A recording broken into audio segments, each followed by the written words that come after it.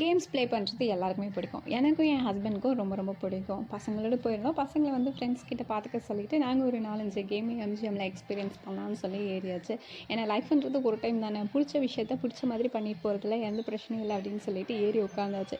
இது என்னடா ரோலர் மாதிரி உருண்டு உருண்டு போகும் போல் அப்படின்னு சொல்லி ஏறிட்டா எக்ஸாக்டாக அப்படி தான் போச்சுங்க. தலைகீழாக சுற்றிக்கிட்டு தெரிஞ்சோம்.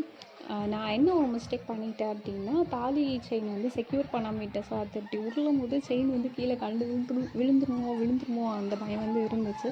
போச்சுன்னா ஆர்த்தி 7 பவுன் போச்சு, அந்த ஃபீல்டில் தான் இருந்தது. ஸோ என் ஹஸ்பண்ட் வந்து என்னை பிடிச்சிட்டாரு, நான் தாலி கட்டி பிடிச்சிட்டேன். ஏன்னா வெயிட்டு கம்மியாக இருக்கனால இப்படி சுற்றும் போது எனக்கு அது வந்து ஃபீல் ஆகுது.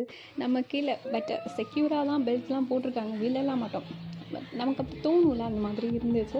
ஸோ நிறைய கேம்ஸ் இருந்தது, எல்லாத்தையும் எக்ஸ்பீரியன்ஸ் பண்ணியாச்சு.